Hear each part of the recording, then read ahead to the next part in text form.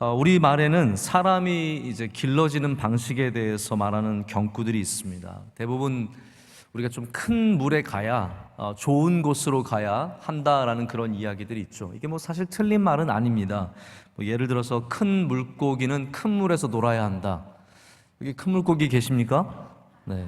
또 말은 낳으면 제주도로 보내고 사람은 나면 서울로 보내라 라는 말이 있습니다. 여러분 서울 오셔서 좋으십니까? 우리가 중요한 사람이 된다는 것에 이 시대는 굉장히 많은 초점이 좀 맞춰져 있는 것 같습니다. 그래서 좋은 직장에 다니고 좋은 곳에 살고 그런 것으로 내가 조금 중요한 삶을 살고 있다는 위안을 얻는지 모르겠습니다. 또 때로는 좋은 곳에 가서 먹고 좋은 것을 삼으로 말미암아 내가 이렇게 괜찮은 사람이다라는 것을 느낄 수도 있겠죠. 그러다 보니까 또 반대로는 그런 것들을 누리지 못하면 내 인생이 초라하게 느껴지고 볼품없이 느껴지는 경우도 있는 것 같습니다. 내가 사는 곳에 따라서, 내가 먹는 것에 따라서, 내가 일하는 곳에 따라서 내가 굉장히 약해 보이고 별 볼 일 없는 사람처럼 느껴지는 것도 있다는 거죠. 많은 사람들이 어디 큰 곳으로 가면은 뭔가 할 수 있다라고 생각도 하는 것 같습니다. 그래서 그게 뭐 뉴욕이든 파리가 되었든 그런 곳에 가서 뭔가를 좀 꿈을 펼쳐보고 싶은 생각도 있는 것 같습니다. 자, 그런데 여러분, 우리가 큰 회사를 다니지 않아도 하나님께는 저는 중요한 사람이 될 수 있다고 생각하거든요. 우리가 대단히 좋은 곳에 살지 않아도 여전히 하나님께는 중요한 삶을 살 수 있다라는 생각을 좀 생각해 보게 됩니다. 비루감이라는 단어가 있어요. 이 비루하게 느껴지는 거죠. 좀 이게 별로 좋은 단어는 아닌데, 이 에티카라고 하는 윤리란 책에서 스피노자가 비루감에 대해서 이렇게 정의를 내립니다. 슬픔 때문에 자기에 대해 정당한 것 이하로 느끼는 것이다라고 말합니다. 이게 뭐 슬픔이 되었든 비교가 되었든 어쨌든 자기 자신을 너무 이렇게 비루하게 보는 것, 낮춰서 보는 것을 이제 비루감이라고 표현을 하는데, 저는 개인적으로 좀 어렸을 때 이 비루감을 좀 느꼈던 것 같아요. 제가 뭐 잘 이런 것도 모르는 상황이었지만 제가 다니는 학교 옆에 좀 명문대학들이 있었어요. 저는 명문대학 안 나왔습니다. 저는 대명문대학을 나왔고 제 옆에 명문대학들이 있었어요. 하버드라든지 MIT라든지 이런 학교들, 그냥 시시한 대충이 아니라 정말 최고의 학교들이 주변에 있었어요. 그러면 또 거기에 있는 학생들과 만나는 일들이 생기거든요. 그래서 거기 있는 남학생들 만나서 함께 운동도 하고 또 교제도 하고 때로는 그쪽 기숙사에 가서 자기도 하고 놀기도 하고 그런 일들이 생겼거든요. 근데 제가 다니면서 기분이 점점 나빠지더라고요. 이렇게 다니면서 기분이 좋고 좋은 교제를 하는 게 아니라 몇 년 이렇게 사귀면서 놀면서 점점 제 자신이 되게 비루하게 느껴지는 거예요. 초라하게 느껴지는 거예요. 야, 나는 뭐 이렇게 그냥 주립대학 다니고 쟤네들은 하버드에서, 그리고 저는 하나님이 공평하시다는 것에 대해서 설교로 분명히 여러분께 말씀을 드렸지만 제 자신은 그렇게 못 느낀 적이 많아요. 왜냐하면 그런 대학교 다니는 학생들이 좀 똑똑하기만 하든지 이런 거 괜찮잖아요. 그런데 똑똑하면서 잘생기고 키도 크고 운동도 잘하고 정말 사람의 마음을 헤집어 놓는 그런 애들이 있거든요, 꼭. 그래서 제 자신이 참 나는 뭔가 제가 그렇게 이상하진 않잖아요.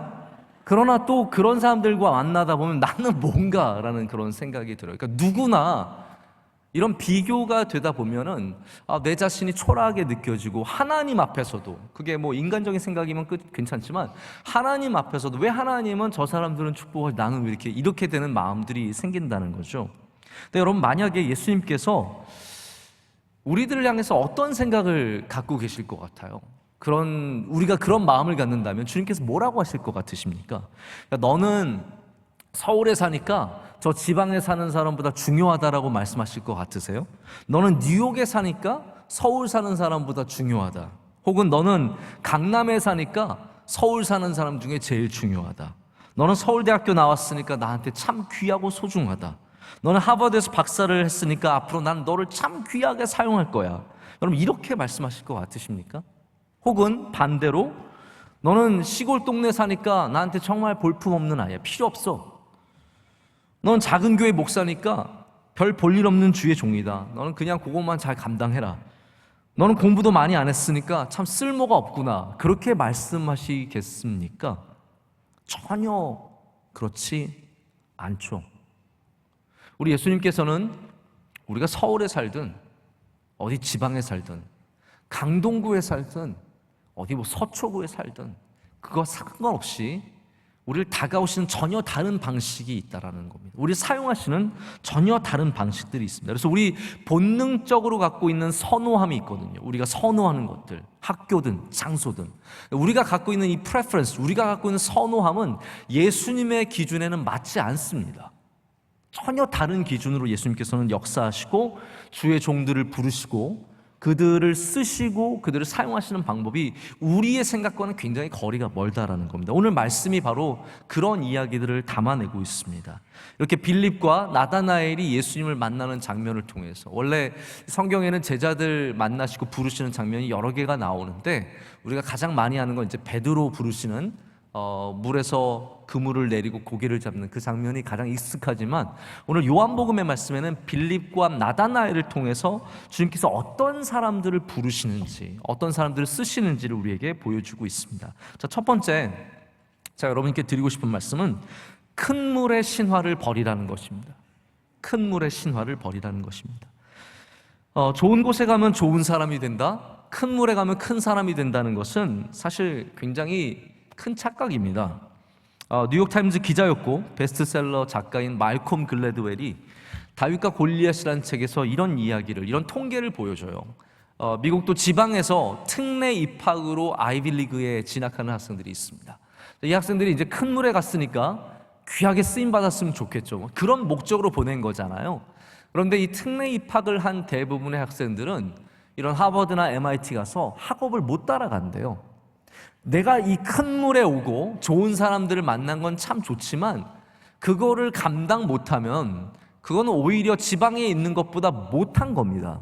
그래서 많은 학생들이 1년 후에 2년 뒤에 중퇴하는 학생들이 참 많이 있다라는 거예요. 그래서 큰 물에 간다는 것이 절대적이지 않습니다. 만약에 그렇다면 생각해 보세요. 뉴욕에 가서 성공할 수 있다면 다 뉴욕 가야죠. 그러나 제가 뉴욕 보니까 그렇지 않아요. 뉴욕에 가면요, 백인 남자, 멀쩡한 남자, 여러분 아세요? 백인 남자 미국 사람들은 영어도 잘해요. 영어도 잘해요. 그런데 그 멀쩡한 백인 남자들이 홈리스가 몇만 명입니다. 우리가 상상할 수 없는 많은 사람들이 그곳에서, 그 큰 물에서 좋은 사람이 되지 못하고 오히려 정말 형편없는 인생을, 안타까운 인생을 살아가는 사람들이 얼마나 많은지 모릅니다. 여러분, 큰 바다에, 저는 이거 생각 혼자 웃었거든요. 큰 바다에 멸치떼가 얼마나 많아요. 큰 바다 가면 다 고래가 되어가야 하고 다 참치가 되어야 하고 1m, 2m 커져야 될 것 같지만 아니에요. 멸치가 한도 끝도 없이 나오는 게 바다입니다. 그래서 큰 물에 가야 큰 사람이 된다는 명제는 큰 물병에 걸린 사람들의 주장일 뿐입니다. 큰 물에 가지 않아도 주님께서는 여러분이 있는 자리에 찾아오셔서 여러분의 자리에 충실할 때 주님께 부름받는 자들이 되고 주님께 쓰임받는 자들이 된다는 것이죠. 내 자리가 귀한 자리고 여기가 소중한 곳입니다. 여기에서 꽃을 피워야 하고 여기서 열매를 맺어야 돼요. 큰 물만 바라보고 산다면 영원토록 그런 비교감과 비루함과 그리고 자존감의 상실로 살아갈 수밖에 없습니다. 그래서 큰 세계적인 기업에 일한다고 주님께 더 귀한 게 아닙니다. 좋은 대학 나왔다고 주님께 더 많은 가능성을 갖고 있는 인물도 아닙니다. 그 함정에 빠지게 되면 우리는 안타깝게 우리의 주신 현실의 복을 놓치기가 쉽습니다. 예수님께서 제자들을 고르시기 위해서, 부르시기 위해서 예루살렘으로 안 가셨어요. 여기 오늘 제자들의 이야기를 보면은 벳세다 사람들이에요. 빌립은 안드레와 베드로와 한 동네 벳세다 사람이다라고 되어 있습니다. 벳세다는 절대로 큰 도시가 아니죠. 어부의 도시, 벳쉐다예요. 어부들이 사는 도시고 평범한 도시지만 바로 거기에서 주님의 귀한 종들이 나오지 않습니까? 제가 이거는 1, 2, 3부에는 말씀을 안 드렸는데 제가 농구를 좋아하니까 요즘에 NBA 플레이오프 시즌이거든요. 거기 나오는 선수들을 보면요, 그 대단한 선수들 다 뭐 뉴욕에서 나와야 하고, 뉴욕 가면은 길거리에서 농구하는 애들이 얼마나 많은데, LA 가면은 다 농구공 들고 다니거든요. 그러면 훌륭한 선수가 LA에서 그리고 뉴욕에서 많이 나와야 할 것 같은데 들여다보면 그렇지 않아요. 다 시골에서 올라온 애들이에요. 다 지방에서 그냥 큰 아이들이에요. 그러다가 좋은 학교로 진학하게 되고 거기서 두각을 나타내는 사람들이죠. 예수님께서 우리를 부르시는 방식이 큰 물 방식이, 큰 물 공식은 없다라는 겁니다. 사실 요한복음은 예수님께서 사람들을 만나는 이야기들을 많이 우리에게 보여주고 제시해주고 있는데, 예수님께서 만나신 이야기들을 하나하나 들여다보면 공식이 없어요. 거기에는 어떠한 방식이 없어요. 은혜가 있을 뿐이에요. 거긴 주님의 주권이 있을 뿐이에요. 그래서 내가 큰 물에 가서 무엇을 해서, 어느 학교를 가서 무엇을 해서 하나님께 쓰임받는 건 아닙니다. 저는 이제 목사가 되기 위해서 어렸을 때부터 마음을 먹고 그렇게 아주 착하고 예쁘게 컸답니다. 네. 그래서 크면서 뭘 공부할까 고민을 하다가 난 목사가 되려면 생각해보니까 역사를 공부하는 게 좋을 것 같아서 역사를 공부한 거예요. 누가 만약에 목사가 되려면 목사님 역사를 공부해야 합니까? 저는 전혀 아니라고 얘기해주고 싶어요. 그게 목사가 되는 길은 아니에요. 저에게 주신 은혜일 뿐이지, 그 코스를 밟는다고, 아니 그래서 박사학위를 받는다고 다 좋은 학자가 되는 것도 아니고, 어느 학교를 나온다고 다 좋은 목사가 되는 것도 아니고, 다시 말씀드리지만 큰 물의 문제가 아니라 주님을 만나는 것에 대한 문제고, 주님의 은혜를 받는 것에 대한 문제라는 겁니다. 그래서 저는 큰 물에서 놀아야 된다는 것을 비성서적인, 비복음적인 구호라고 여러분께 말씀을 드리는 겁니다. 크든 작든 우리의 자리에서 예수님을 만나는 사람들을 주님께서 쓰시고 주님께서 길러 주신다는 거죠. 제가 도전이 되는 이야기를 하나 읽게 되었는데, 이분은 미국 교포예요. 리차드 박이라고 하는 의사입니다. 젊은 분인데 이분이 의사가 된 다음에 CityMD라고 하는 의료 서비스 앱을 개발을 해서 굉장히 큰 성공을 이루고 돈을 아마 많이 번 것 같아요. 그래서 우리가 소위 말하는 성공한 사람이 되었어요. 이분이 간증을 했는데 이분이 간증 전문가도 아니고 그냥 신문사의 요청에 의해서 간증을 한 것 같아요. 이분의 이야기가 제가 굉장히 울림이 있었거든요. 이분의 이야기를 들어보면 그냥 미국에서 평범하게 태어났어요. 아버지는 그로서리, 야채 가게를 하시는 분인데, 그래서 어려서 꿈이 자기는 야채 가게를 많이 해서 돈을 버는 거였어요. 저는 그런 생각도 해보거든요. 우리가 꿈을 꼭 크게 가져야만 큰 사람이 되는 건 아닌 것 같아요. 꿈을 가지면 주님께서 우리 삶을 인도해 주십니다. 전혀 다른 길로 갈 수도 있는 거거든요. 그래서 이분이 전혀 다른 이제 나중에 길을 걷게 되는 거죠. 근데 아버지가 믿음이 참 좋으신 분이시라서 어려서부터 다른 것보다 신앙을 물려주고 싶으셨던 거예요. 그래서 이 학생을 미국에는 주일날도 시험이 많은데 너는 주일날 시험은 보면 안 된다, 막아주셔가지고 좋은 기회들을 사실은 많이 놓쳤대요. 그러다가 이제 또 집안 형편이 안 좋아지면서 대학에 바로 진학을 못한 거예요. 그러면서 자기가 미국의 사진 현상소 그 가게를 열어가지고 이제 일을 하면서 아르바이트를 하면서 살아가는 거죠. 근데 거기 오는 손님 중에 유명한 의사 한 분이 있으셨대요. 근데 그분이 이 학생을 보면서 뭔가 감동이 있으셨는지, 야 너는 공부를 하면 좋겠다, 너는 꼭 한번 의사가 되어봐라 라고 도전을 주셨대요. 그래서 사실 우리가 도전받는다고 다 의사 되는 건 아닌데 그럼 얼마나 쉽겠습니까? 근데 이 친구가 그 도전을 받은 다음에 공부를 열심히 해서 의대를 가서 의사가 되었어요. 그리고 나서는 CityMD를 시작을 해서 큰 기업을 이제 이루게 되고, 지금은 경영자 자리에서 내려와서 하나님께 어떻게 쓰임을 받을 수 있을까 그런 고민을 하고 있대요. 근데 제가 어떤 부분에서 도전이 되었냐면 이런 이야기가 있어요. 자기가 어려서부터 우리 원로 목사님도 한번 집회 가신 적이 있는데, 뉴욕 장로교회라는 교회가 있어요. 뉴욕 장로교회에서 태어나서 거기서 자라면서 자기 친구들은 전부 다 교회 친구들이고 거기서 아내를 만나서 결혼하고 그 울타리를 벗어난 적이 한 번도 없다는 거예요. 제가 왜 이게 주목하게 되었냐면, 여러분 교회가 사이즈에 상관없이, 영성교회는 사실은 꽤 큰 울타리이지만 교회가 50명이든 100명이든 여러분 그 울타리 안에서만 잘 자라도 하나님께 크게 쓰임받을 수 있습니다. 우리는 뭔가 여기를 좀 벗어나서 뭔가 큰 곳으로 가고 많은 사람들에게 노출이 되고 그러한 환경 속에 있어야 위대한 인물이 된다는 생각을 갖게 되는 것 같은데, 저는 우리 교회에 나오는 많은 청년들에게도, 또 우리 교회에서 자라고 또 가정을 이룬 많은 분들에게도 이런 말씀을 드리고 싶어요. 우리 교회뿐만이 아닙니다. 모든 교회가 마찬가지인데, 이 안에서 주님을 만나는 것이 중요한 것이지 더 큰 물로 나아가는 것이 중요한 것은 아니라는 거예요. 여기에서 여러분이 주님을 만나고 주님을 따라가는 그 응답을 분명하게 하면 우리 모두가 주님께 쓰임받을 수 있는 종이 될 수 있다라는 말입니다. 대단한 경험이 필요한 것도 아니고 대단한 만남이 필요한 것도 아니고 대단한 학교를 다녀서가 아니라 우리가 주님을 만날 때 그런 기적들이 우리 삶에 일어난다는 것이죠. 그래서 중요한 핵심은 어디에서 부름을 받든 주님을 따를 수 있느냐, 이게 훨씬 더 중요한 질문입니다. 원래 이스라엘의 랍비들은 선생님이 학생들을 찾아다니는 경우는 없다고 합니다. 대부분의 학생들은 자기가 좋아하는 선생님께 가서 선생님, 저 선생님한테서 공부하고 싶어요, 이렇게 지원을 하는 거죠. 근데 예수님은 다르셨어요. 예수님은 가만히 앉으셔서 좋은 학생들을 고르시는 분이 아니셨습니다.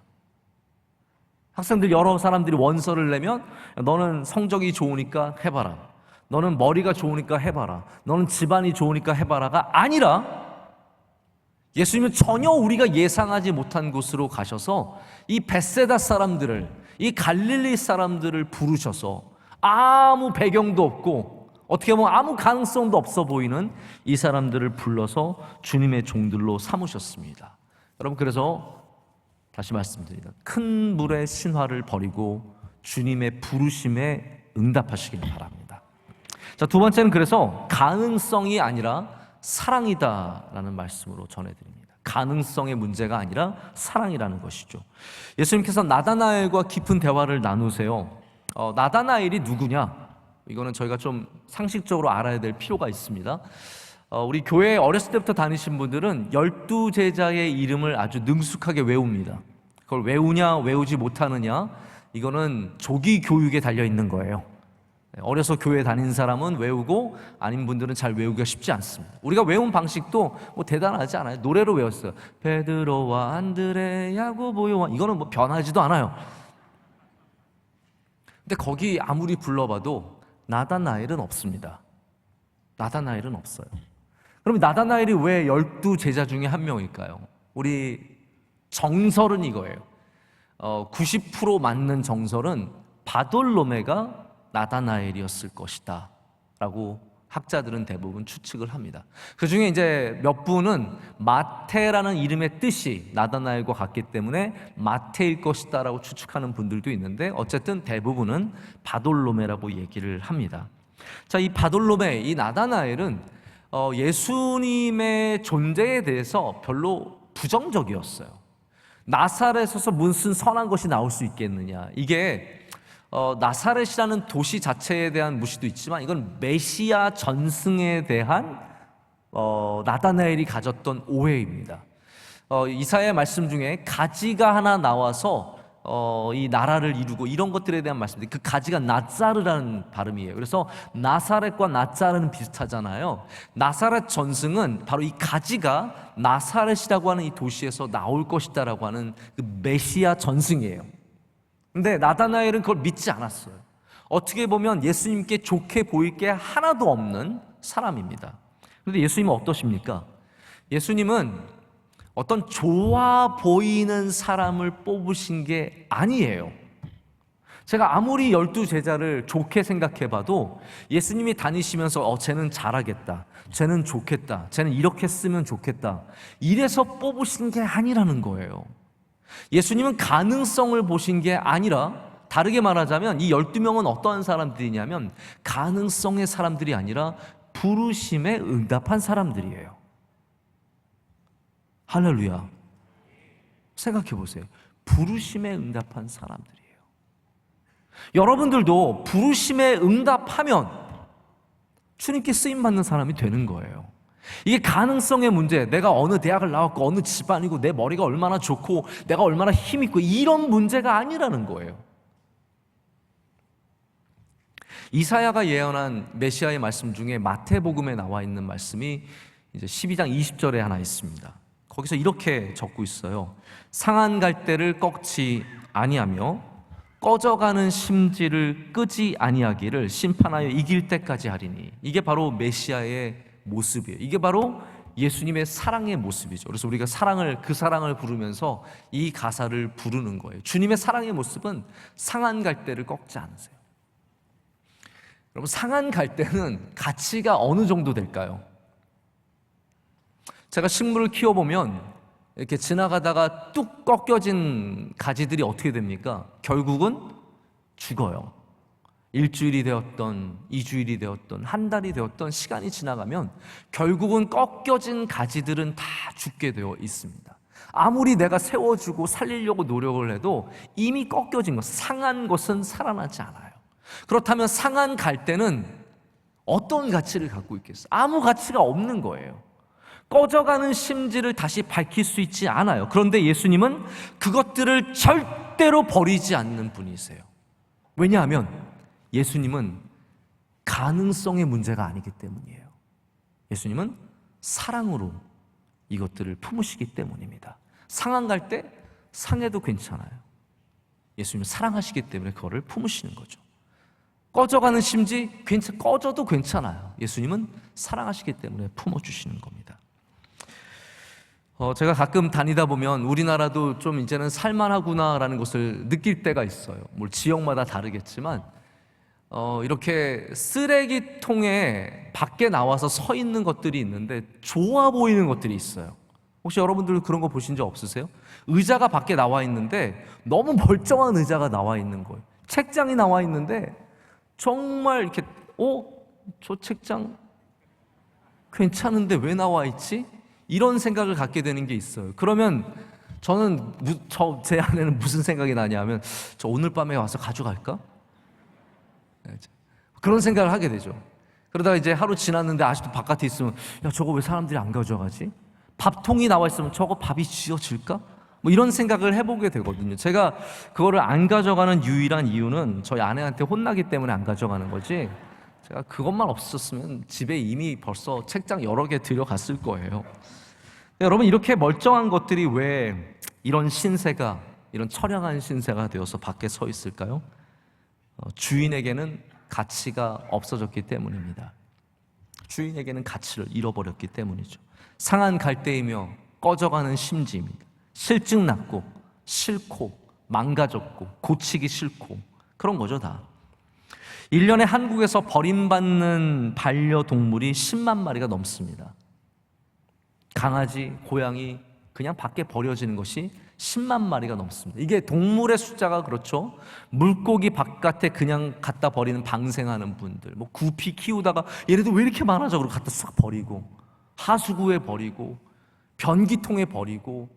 여러분, 이 일들이 비일비재합니다. 거북이 갖다 버리고, 생태계 교란종들이 얼마나 밖으로 많이 나오는지 모릅니다.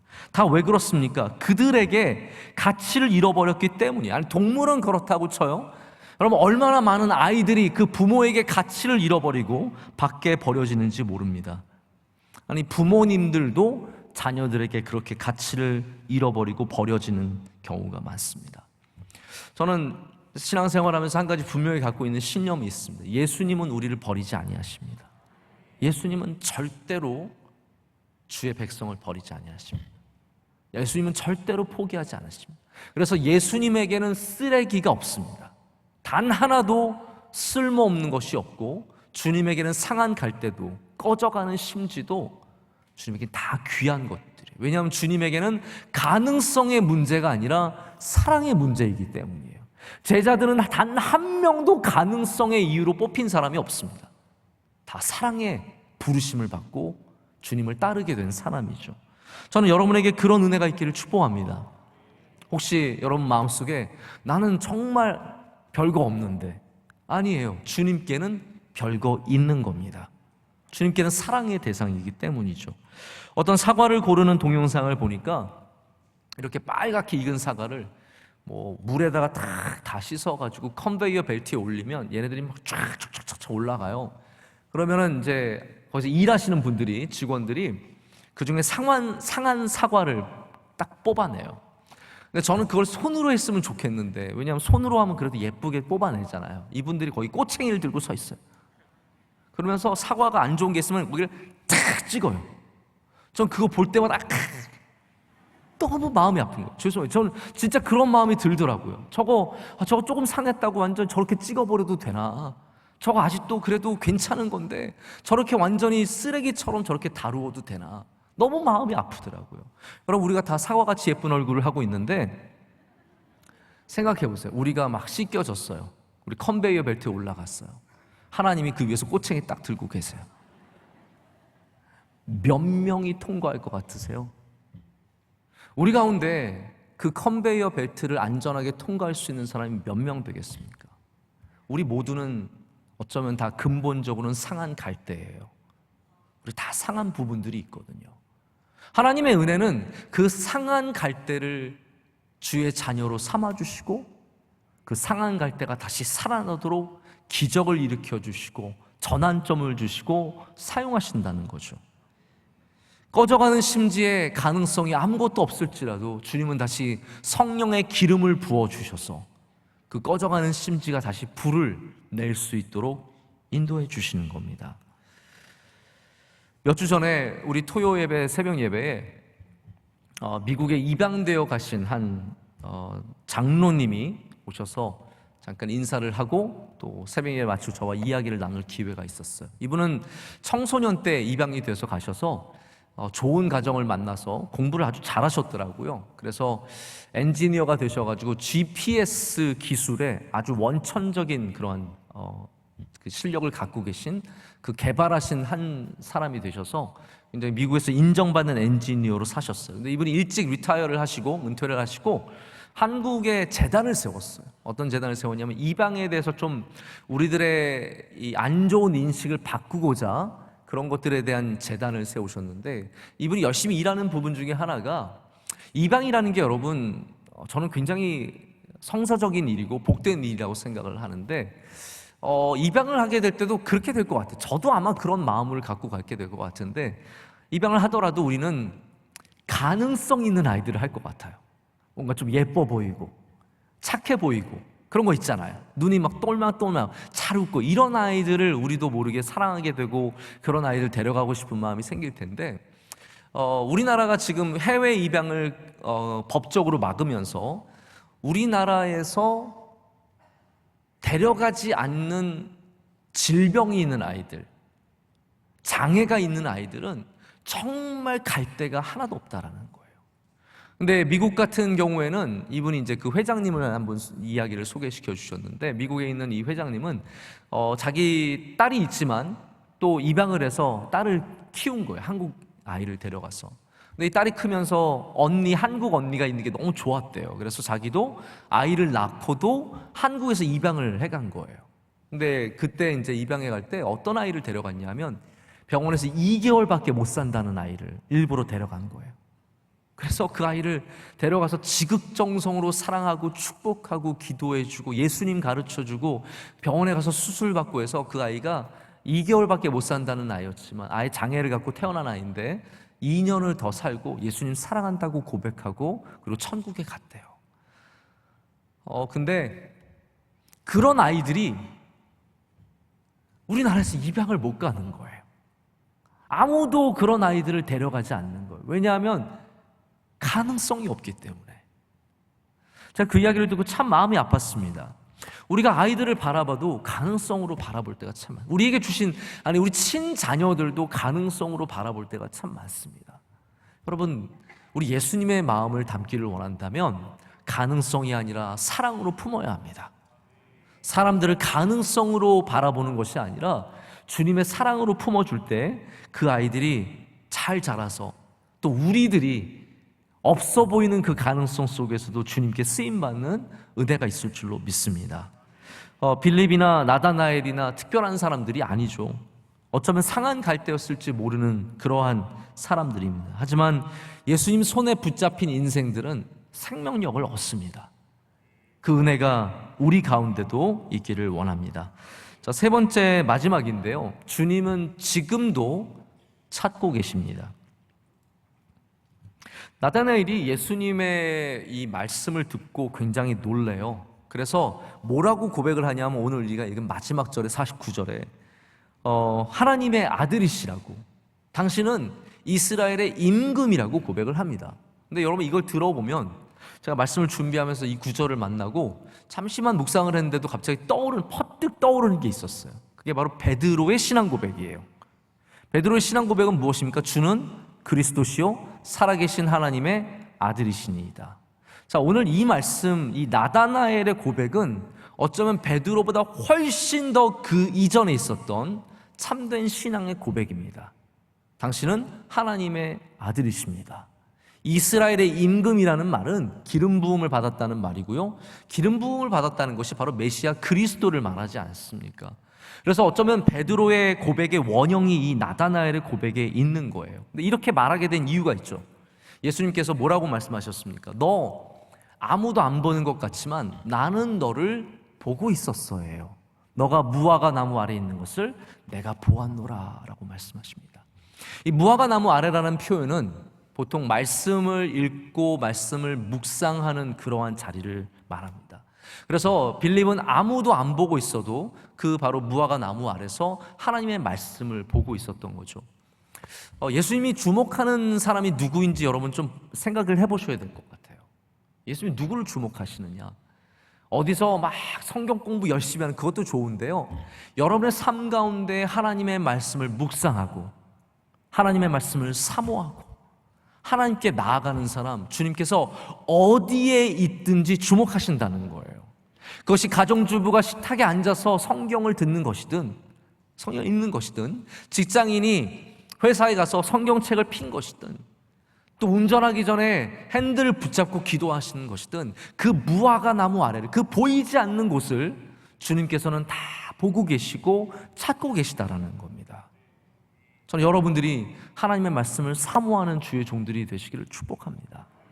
제가 이 말씀이 참 감사한 것은 또 예수님께서 어디 선지학교 막 그런 데 다니면서 어디 좀 똑똑한 애 없나 그렇게 찾지 않으셨다라는 거예요. 생각해보세요. 그러면 되잖아요. 하나님의 말씀 열심히 연구하는 거의 선지학교, 랍비 학교예요. 그런데 가서 최고의 명문 랍비 학교에 가말리엘 그 랍비 학교에 가서 제일 공부 잘하는 애 뽑아가시면 되는데 전혀 그렇지 않아요. 그래서 하나님의 나라에 쓰임받는 사람은 오해하지 마시고, 공부 열심히 하는 거 좋아요. 그러나 공부를 잘한다고 쓰임받는 것도 아니고 1등 한다고 쓰임받는 것도 아니고, 제가 1등을 못 해봐서 이런 얘기를 하는 게 아니라 제일 똑똑한 큰 물 이런 게 아니라는 겁니다. 주님께서 부르실 때 그 부르심에 응답하는 사람들이 쓰임을 받게 됩니다. 예수님은 그래서 앞에서만 사람을 찾지 않으십니다. 저 큰 데서만 사람을 찾지 아니하시고 무화과 나무 아래를 보세요. 저 뒤편을 많이 챙기시고 보십니다.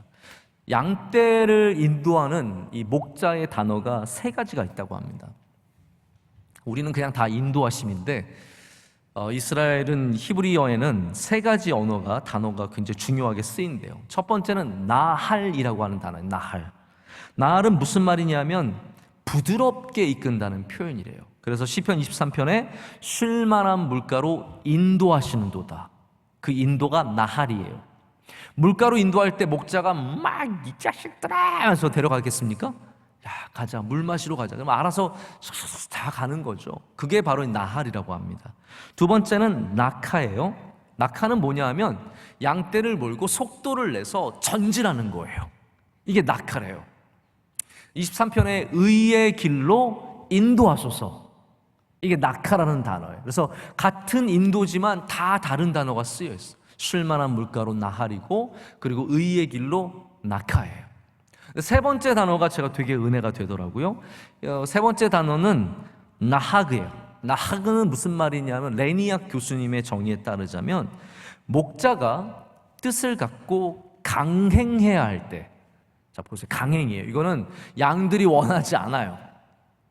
목자가 무엇을 갖고 뜻을 갖고 강행해야 할 때 양의 뒤편으로 가서 양을 몰고 가는 것을 나하그라고 합니다. 근데 이 나하그라는 표현이 그냥 단순히 모는 것에만 쓰여 있는 것이 아니라 목자가 뒤에 처지고 연약하고 상처 입고 길을 잃어버린 양들을 돌보는 모든 것을 나하그라고 표현을 하는 거예요. 제가 목회를 해보면 앞서서 정말 열심을 내며 앞에서 잘 따르는 양들이 있습니다. 정말 딱 얼굴 보면 알아요. 얼굴 보면 다 얼굴이 막 반짝반짝거리면서 매 이러면서 다 그런 분들이 계세요. 제가 가끔 새벽 예배 하다가 이렇게 딱 얼굴 보면 다 그런 매 이런 느낌이 확 나는 그럴 때가 있거든요. 제가 얼굴을 다 아는 분들이에요. 그러나 우리 교회가 아무리 열심을 내도 우리 모두가 다 그렇게 앞서서 주님을 따르는 건 아니죠. 뒤에서 조금은 처져 있고 조금은 약하고 조금은 부족한 신앙을 갖고 있는 분들도 많이 있습니다. 근데 여러분 분명히 아셔야 되는 것은 저는 여기만 서 있어요. 저는 여기서 앞에밖에 못 봐요. 그러나 예수님은 뒤에도 서 계십니다. 예수님은 저 안 보이는 곳에서도 계시는 거예요. 그래서 나아가시는 거예요. 우리 모두를 다 의의 길로, 복된 길로, 주님의 길로 인도하시기 위해서 뒤에서 몰고 계시는 거예요. 거기서 처진 양들, 아픈 양들, 따돌림 받는 양들, 이런 모든 양들을 다 챙기셔서 데려가시는 거죠. 하나님께서 다윗을 선택하신 이유를 성경에서 말씀을 하십니다. 이유라기보다는 어디서 선택하셨는지 가르쳐 주시는, 이게 굉장히 의외의 말씀이에요. 역대상 17장 7절에 이렇게 말씀하십니다. 또한 내 종 다윗에게 이처럼 말하라. 만군의 여호와께서 이처럼 말씀하시기를 내가 너를 목장 곧 양떼를 따라다니는 데에서 데려다가, 이게 무슨 말이냐 하면요, 내가 너를 목장 양떼 뒤에서 취하였다, 나하그 했다라는 말씀이에요. 내가 너를 목장의 양떼의 앞에서 제일 잘하는 사람 중에 뽑은 게 아니라 내가 너를 목장의 양떼 뒤에서 나하그, 너를 거기서 취했다라고 하나님께서 말씀하십니다. 그리고 내 백성 이스라엘의 주권자로 삼으셨다라고 말씀하십니다. 여러분, 예수님과 하나님께서 같이 맞닿아 있는 장면이 여기 나와 있습니다. 우리 주님께서는 절대로 앞에만 챙기지 않으십니다. 우리 주님은 어디에서도 사람들을 뽑으시냐 하면 맨 뒤에서도 주의 백성들을, 주의 제자들을 뽑으셔서 벳세다 같은 이러한 정말 어부의 마을, 아무도 찾지 않는 그러한 곳에 가셔서도 주님의 제자들을 뽑으셔서 주의 교회를 세우시고 주의 일들을 맡겨주신 것을 보게 됩니다. 그럼 우리 뒤에 있으면 사람들이 다 그런 마음들이 들 때가 있어요. 나 뭐 별거 아닌데, 나 뭐 아무것도 아닌데, 나 주님께서 신경 쓰시겠나, 나 교회 뭐 겨우 나오고 있는데. 근데 사실 오늘 교회 나오신 분들은 귀한 분들이세요. 저는 정말 감사해요. 이렇게 코로나가 있는데도 교회를 나오셨다는 것은 여러분이 믿음이 있으시기 때문인 거거든요. 집에서 지금 예배 드리는 분들도 마찬가지예요. 그냥 온라인 예배 대충 드리면 되지만 또 안 드릴 수도 있지만 지금 예배를 드리고 계시다는 것은 정말 귀한 거거든요. 할렐루야. 여러분, 그만한 믿음이지만 우리가 내 스스로 나는 별거 아니라고 생각할 때 주님은 그렇지 않다는 거. 네가 뒤에 있어도 내게 응답하기만 하면, 나를 따라오기만 하면 너를 귀하고 쓰임받는 주의 종이 될 수 있다라고 말씀하시는 겁니다. 말씀을 맺겠습니다. 빌립과 나다나엘의 이야기는 예수님께서 어떻게 사람을 찾고 부르시는지 굉장히 다른 면들을 우리에게 보여주고 있습니다. 분명한 것은 큰 물에 가야 큰 사람이 되는 것은 아니라는 겁니다. 여러분의 자리에서 주님을 만나실 때 주님께서 여러분을 주님의 귀한 인물들로 만들어주시고 쓰실 수 있으십니다. 여러분이 가능성이 있어서 부름받은 것이 아니라 주님께서 여러분을 사랑하셔서 부르신 것을 믿으시기를 바랍니다. 그리고 우리는 어디에 있든지 주님께서 우리를 주목하신다는 사실을 잊지 말고 그 주님을 붙잡고 주님을 따라가며 신뢰하는 삶을 살아야 할 줄로 믿습니다. 기도하시겠습니다. 하나님 아버지, 감사합니다. 오늘 주님의 사랑과 은혜로 예배하게 하시고 또 이곳에서 주님께 영광을 올려드리게 하심을 감사합니다. 하나님, 주의 사랑하는 백성들 어디에 어떤 모양으로 살든 주님 찾아가 주셔서 만나 주시고 주의 은혜로 불러주시며 이끌어 주시옵소서. 우리에게 응답할 수 있는 그 부르심에 따를 수 있는 은혜를 허락하여 주시옵소서. 예수님의 이름으로 기도드립니다. 아멘.